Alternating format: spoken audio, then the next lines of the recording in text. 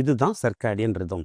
இந்த normal circadian ரிதம்ல வந்து காலையில 3 to 5 அதாவது 3 ஏஎம் to 5 ஏஎம் அதே மாரி ஈவினிங் 3 பிஎம் to 5 பிஎம் வந்து இந்த மெலட்டோனின் ஹார்மோன் செக்ரேஷன் அதிகமா இருக்கும். அதுவும் குறிப்பா இந்த 3 பிஎம் to 5 பிஎம் அதாவது நீங்க எல்லாருமே பார்த்துருப்பீங்க. ஈவினிங் ஆனா எனக்கு லைட்டா தூக்கம் வருதுப்பா அப்படின்னு நீங்க எல்லாரும் அந்த ஒரு ஃபீலிங்க அனுபவிச்சிருப்பீங்க. அதாவது சாயந்தரம் ஆனா 3 மணிக்கு மேல 5 மணிக்குள்ள நமக்கு வந்து அந்த மெலட்டோனின் ஹார்மோன் வந்து ஒரு மைல்ட் டூ மாடரேட் இருக்கும்.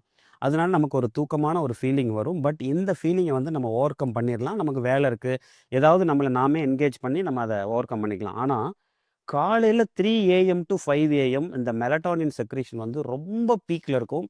இந்த டைமில் வந்து நம்ம வந்து இந்த தூக்கத்தை கண்ட்ரோலே பண்ண முடியாது. கண்டிப்பாக நம்ம வந்து அந்த டைமில் தூங்கிடுவோம். நீங்கள் பார்த்துருக்கீங்கன்னா ரோட் டிராஃபிக் ஆக்சிடென்ட் காலையில் அந்த 3 to 5 மணிக்கு தான் வந்து ஹைவேஸில் வந்து ஆக்சிடென்ட்ஸ் நிறைய நடக்கும்.